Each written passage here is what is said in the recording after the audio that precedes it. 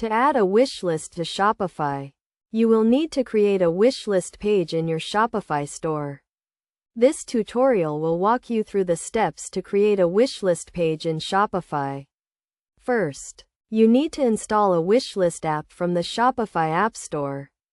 There are many wishlist apps available, both free and paid. Choose an app that suits your needs and install it in your Shopify store. Once the app is installed, go to the app settings and configure the wishlist options. This may include setting up the wishlist button, choosing the wishlist page layout, and customizing the wishlist email notifications.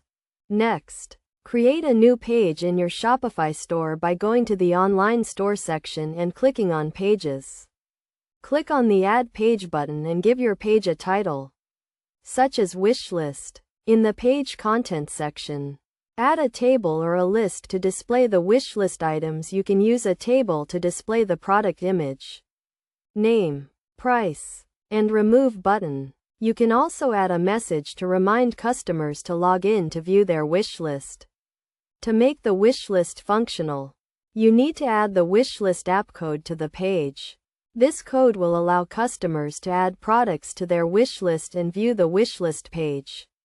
After setting up the wishlist page, test it to make sure it is working correctly.